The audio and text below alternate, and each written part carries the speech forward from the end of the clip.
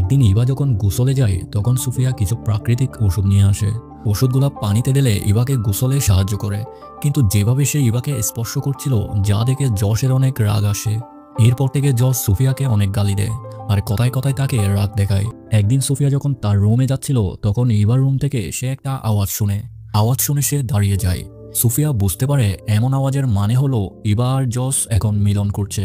তাদের মিলন আর রোমান্সের আওয়াজ শুনে সুফিয়ার মনেও ফিলিংস চলে আসে, তাই সে দ্রুত রুমে চলে যায় আর আয়নার সামনে গিয়ে তার সব কাপড় খুলে ফেলে, নিজের মনকে সন্তুষ্ট করার চেষ্টা করে। পরের দিন সকালে যখন সুফিয়া বাজারে যায় সেখানে স্টিভ নামের এক ছেলের সাথে তার দেখা হয়।